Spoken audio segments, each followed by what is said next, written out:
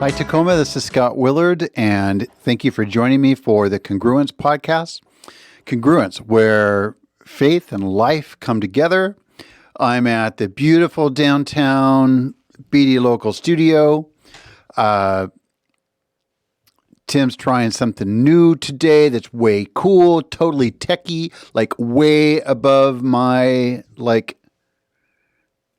IQ zone. So you'll probably see shifts from camera view. That's right. You'll get a profile like this and then a profile like this. And I don't even have to move. It's the coolest. So we'll see how that goes. I have talked, really pretty much since I came on air with BD Local, I have talked about how cool Sadie and Tim are. And I'm not done with that yet. I'm still going to talk about how cool they are. All right. Just the way that they have planted roots and said this is home. And we are going to hold up the megaphone to the voice of Tacoma. I appreciate that. I love the fact that they have invested in this community to such a degree and that they support the arts, they support business, they support small town, they support community. Really what makes America great that resides within these walls that we call Grit City. This community, Tim and Sadie, they just they exude that. They really do. And if you haven't gotten a chance to know them, I hope that you will. I hope that you'll watch Tim's podcasts. I hope that you'll follow them on Facebook and that you will just have a blast getting to know them. If you want to support one of the podcasts here at BD Local, or you want to support this particular podcast, let me invite you to do that. It's really easy. Tim's going to put some information down on the bottom of the screen that you could reach out, practice working out your fingers so you could type a quick note and say, hey, that's me. I'm holding up my hand. I want to help. I want to support the voice that is Tacoma, the voice of BD Local. And, I like this crazy guy that comes in and just spouts off for half an hour every week about something sort of about nothing. I want to support his show. And you know what? I'd love to have your support. You're showing up week by week to the live event. You're showing up week by week. You're making comments. You're liking and sharing the page and the podcast. That is awesome. You're going to congruentmen.com and scheduling appointments to work with me in coaching. I love that. That's the coolest. I love that you're a part of this voice that is BD Local and that is the Congruent podcast. So thank you for joining us. Just talking about congruentmen.com, my coaching site. It is that time. If you hadn't figured that out yet, right? I want to help you. Some people work great with it is Tuesday and life will change and forevermore be different Wednesday. Other people aren't.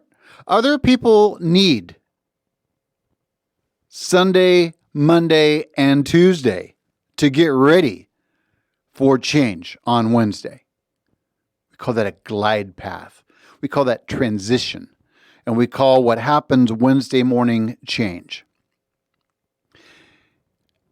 I just want to let you know, if you're one of those people that likes the glide path, you like the transition to change, now is the time to start thinking about what you want to be different in your life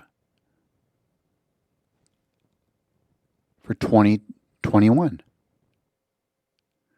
You could just make that all up yourself. You could just wake up, it's New Year's, the ball has dropped, you've kissed somebody that you love and celebrated that it is a new year, and boom, you know what you want to work on. You know what your New Year's resolutions are. Most of us aren't quite that graceful when it comes to those resolutions. Most of us, we want a little bit of time to think about that. We're sick and tired of making resolutions that don't really work. And so we want to set up realistic resolutions that we know that we can make happen. They're a stretch goal, right? They're a stretch, but we have every amount of confidence that we can be successful with those. Well, listen, now is the time for those of you that want to make those realistic goals. If you want support in this new year, can I encourage you to go to congruentmen.com and to schedule an appointment with me? Allow me to help you. I can help you to make those goals. I can help you to strip them down into bite-sized pieces so that we have a much better possibility of success. Or I can just simply walk alongside you to encourage you, to help you to see a little bit clearer, what's behind those resolutions, to help walk alongside of you and to hold you accountable for achieving those resolutions, to celebrate with you when you meet those expectations, to be sad with you when you fall on your face with those resolutions, and then to have a hand back up and to say, hey, we got this. We're not done yet. That's a lot about what coaching is, right? This is not like junior high basketball where some guy gets out there in really uncomfortable, gross knit shorts and blows a whistle and screams at you. That's not what coaching is about. Life coaching is about helping you to think out loud with another person that is objective, that has no skin in the game. My job is simply to be at your disposal to help you to think out loud about your best self and strategize how to move through what barriers might have been in the way to get breakthroughs so that you can live a life of transformation. Man, I could write those words down, put it into a nice paragraph in a nice font, and sell that to Hallmark or something. That's Oprah-esque. I like that. But bottom line, all right, so seriously, if you want 2021 to be a year of transformation, you might want some help with that. You might want to work with a coach. And I would be very honored to help you with that. It's not like you don't know me, right? I've been doing this show for over a year and a half now. You know who I am. You know my quirks. You know my sense of humor. It's like we could start with so much of that foundational relationship work out of the way because you already know who I am. You already know what I'm about. So if you would like to work with a coach to move forward in 2021 to achieve those goals, we call them resolutions. But let's be honest, they're goals. And what we really want out of those goals is transformation. We want something to be different.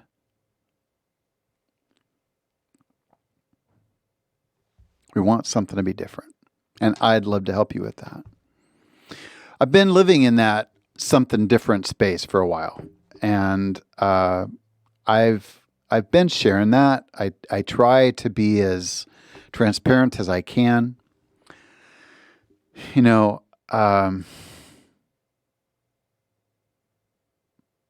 It's not easy. It's not easy to live a lifestyle where you're as open and honest and transparent as you can be. We are so conditioned to wanting to protect the ugly, the not attractive, the deformed. That's a word right there, man. The deformed of our life, right? The parts of our life that aren't attractive, the parts of our life that are, quite frankly, sometimes a little bit scary. I work really hard on having a lifestyle of being transparent. What you see is what you get. If there's something ugly going on, I try to be real about that.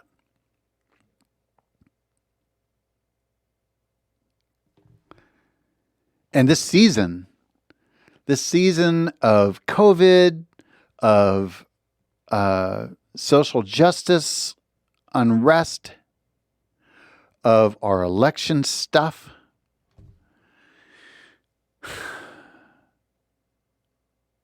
it's been hard. It's been hard. And I've seen it be hard on others, right? So have you. This is not a new story. You know, we get these statistics all day, every stinking day. I turn on my phone and I go to news. You know, I swipe over and I got my Apple News stuff. Always on my phone is information about COVID-19. How many deaths? How many records are we breaking with the number of new cases of COVID? How many records are we breaking with new deaths?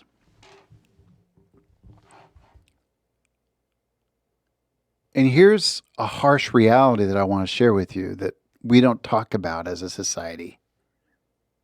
And that is the number of deaths that are related to COVID but have zero to do with a virus that is called COVID-19. Right? Famous, massively successful billionaires at the height of their young lives that have made their billions with their charisma and with their networking skills and with their face,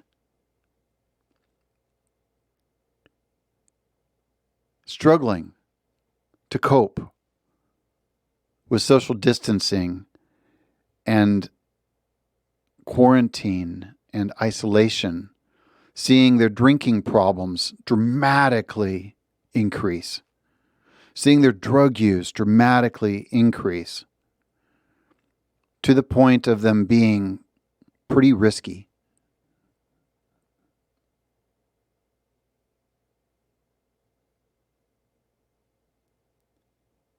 So that's kind of the story of the Zappo guy, right? Hesh. Spun out of control.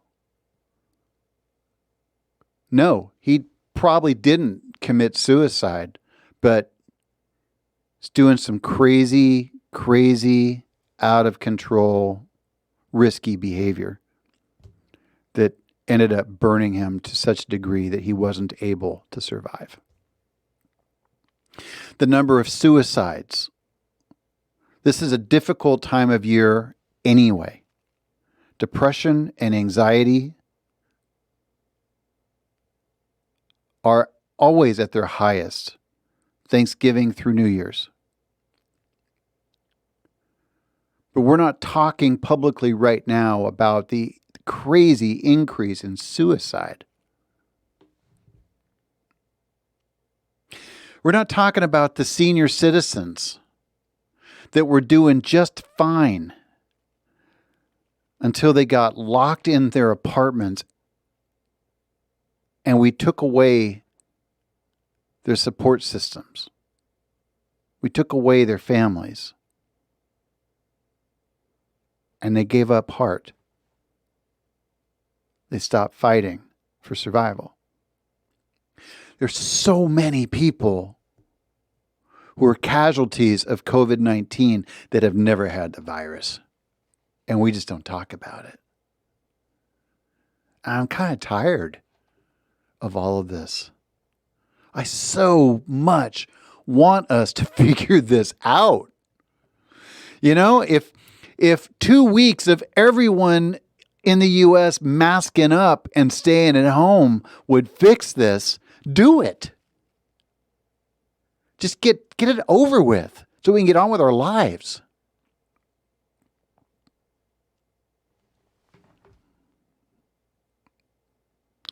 Or if this is about us conditioning ourselves to this new strain of virus with the assistance of a vaccine, then let's get on with that.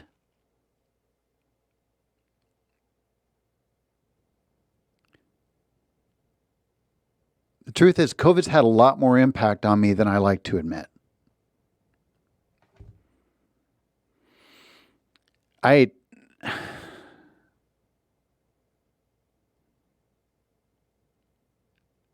literally was so excited to go into the office yesterday simply because I needed to see faces. I didn't care that they had a mask on. I just needed to see faces and be around people.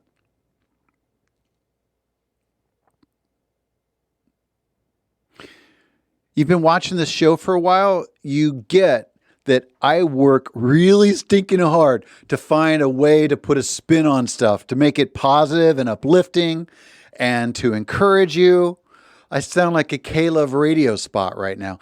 But truly, to take what is difficult about life and to help us to recognize the gift that is in the midst of the challenge.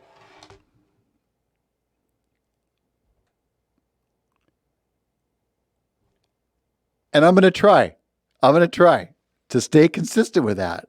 So give me just 1 ounce of grace here, all right? While I try to spin a little bit, all right? So I think that last week I mentioned that, I'm really, this experience of watching my mother-in-law pass and spending time with my in-laws as we grieve and as we come to terms. And by the way, yeah, I do kind of think those are two different things. Coming to terms is a little bit different than grieving. Coming to terms is getting to that space where you can function despite the fact that you still have pain and you still have sorrow. Nevertheless, I discovered when all of my in-laws left that I had a hole that I really want to make a goal of filling. And I laughed about it, right? I laughed about it last show about, I'm 53 years old and I want a friend. I don't even know how to say it without having a silly, goofy voice. But I need to have some friends. I need to have a broader social network that I can just call up and say, hey, Tim, what are you doing? Let's put on our crazy holiday blazers and go get a mocha. Like, it's peppermint mocha season, dude. Come on. Let's go grab some peppermint mochas. I need to increase that social network. And not only do I need to increase the size of it, I also need to increase the level of intensity and intimacy of the inner core of that social network. It's not enough just to have friends. I need to have people that I can count on that are my friends, right? You get what I'm saying. So I talked about that last week, and I talked about this crazy notion about like I have this light, this light of an idea that is emerging within my being about a need and a desire to grow the social network and to deepen these relationships. Yet reality is that I'm a bit hamstrung. It's not like I don't have any opportunity, right? I still have an office that I can go to currently, right? I mean, I try to social distance for the most part, but it's helpful to go into the office, once a week or so. And I've got technology, right? I've got my phone. I've got the ability to Zoom people and have meetings and connect with people. But the truest sense of this idea of wanting to broaden the social network and deepen the level of intimacy and connection, the deepest sense of that will not come to fruition until we get to hang out together, until COVID-19 is over, put to rest, as if it will ever be completely put to rest. This is our new virus, people. We're going to reduce the harm that it does to us and the way that it cripples us. But COVID's going to be a part of our new reality. Bottom line, this germ of an idea, this light that's going on inside of my inner being about wanting to have this deeper connection isn't really going to happen until we get to hang out. And that made me think about pregnancy, right? You have this little germ of, an egg that gets fertilized. It grows into an embryo. That embryo continues to develop until it has reached maturation and it is born. And we have a new life. And that's sort of what I see this as. This idea is going to grow and mature to be born at a later date.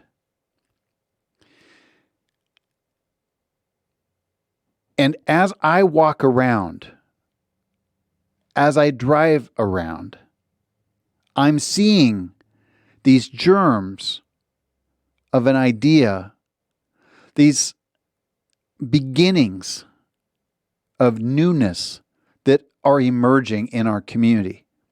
Apartments,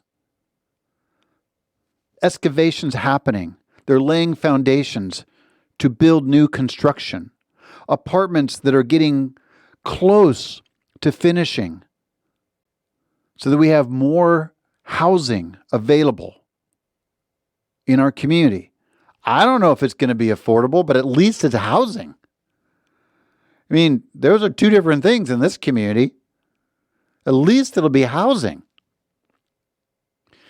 We're driving the other day and I saw a sign that said, we're going to build, 300 new units. How crazy awesome is that?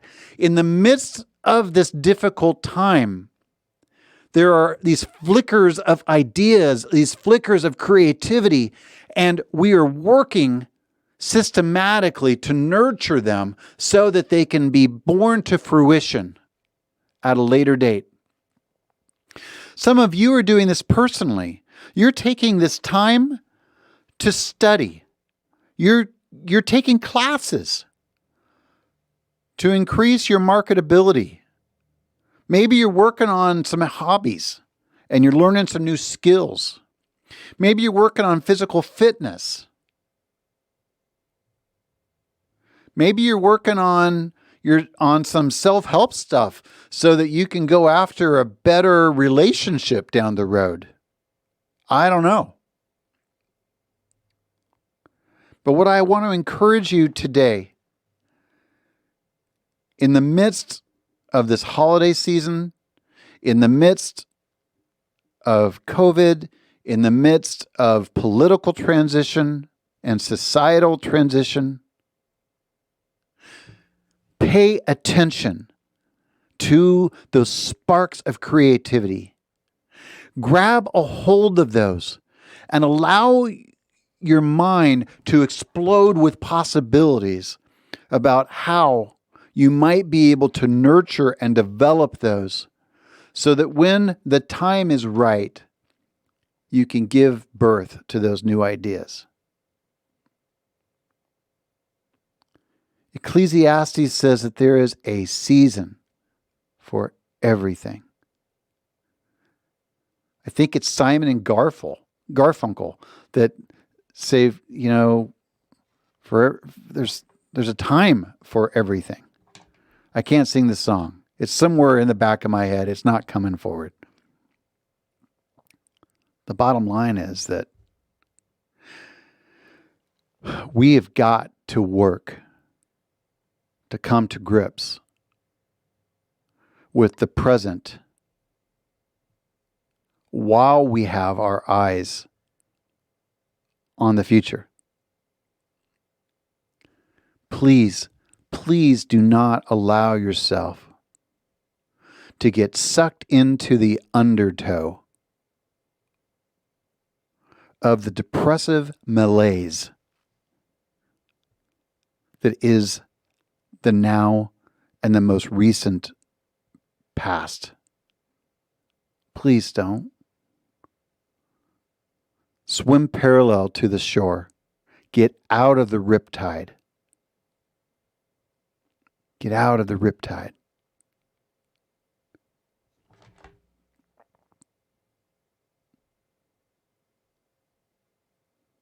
I got some stuff that's coming.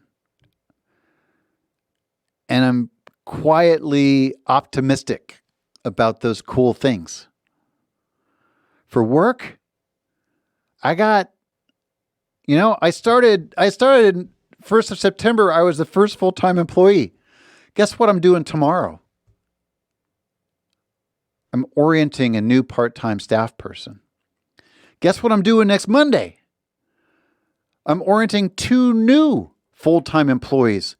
And those 3 people, by the beginning of January, are all 3 going to be full-time employees. I was the first one. And within a matter of 3 months, boom, we've got a team. We're doing cool stuff. We've opened 2 new homes. Honestly, just last week, we took 9 homeless people off of the streets and gave them a home. We're doing cool stuff. Cool stuff is on the horizon in the midst of this difficult time. Don't give up. Don't give up.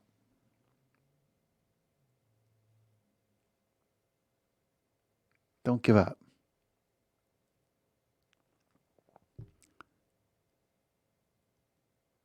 We're in this together.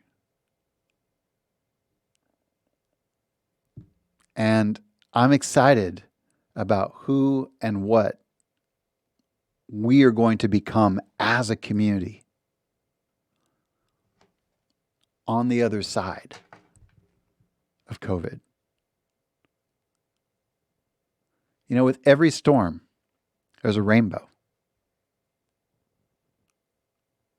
I'm looking for the rainbow. And I'm excited about that pot of gold that we're going to see on the other side of this nonsense. I want to encourage you to come see it with me, to be a part of this new community that we're developing, this new life that we're developing. Don't get stuck. Don't get stuck in the malaise of COVID. Allow yourself to recognize that there is a rainbow. And the other end of that rainbow is opportunity. Let's seize it. Let's grab a hold of it. All right? Tacoma, thank you for joining me, South Puget Sound. It's been a pleasure. I look forward to talking to all of you, no matter where you're at, in Africa, in Australia, New Zealand, England, my friends in England. Hey, good to see you. Wherever you're at, I look forward to seeing you next week. Thank you for spending time with me. Bye for now.